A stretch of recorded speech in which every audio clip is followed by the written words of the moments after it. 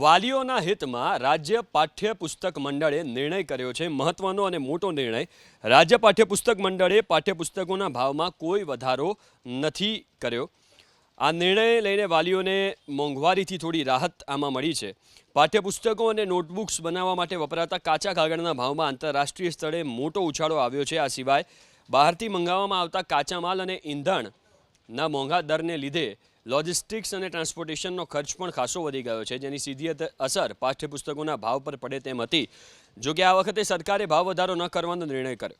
પાઠ્યપુસ્તક મંડળનું કહેવું છે કે વાલીઓને જૂના ભાવથી જ બોર્ડના પુસ્તકો મળશે। હાલની સ્થિતિમાં પુસ્તકો વહેલી તકે વિદ્યાર્થીઓને મળી રહે તેવી બોર્ડ તરફથી વ્યવસ્થા ગોઠવવામાં આવી છે। વાલીઓ ઓનલાઈન પણ દરેક પુસ્તકો પણ જોવા મળી શકે છે।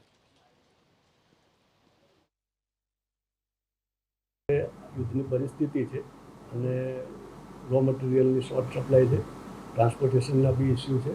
આ બધું હોવા છતાં પણ વિદ્યાર્થીઓ અને વાલીઓના હિતમાં ચાલુ વર્ષે જૂના જે ટેક્સ્ટ બુક છે તે અને તેમાં કોઈ ભાવ વધારો આપણે કરવાનો થતો નથી, એટલે એનો બોજ જે છે ઇન શોર્ટ વાલીઓ ઉપર આપણે નાખવાનો થતો નથી।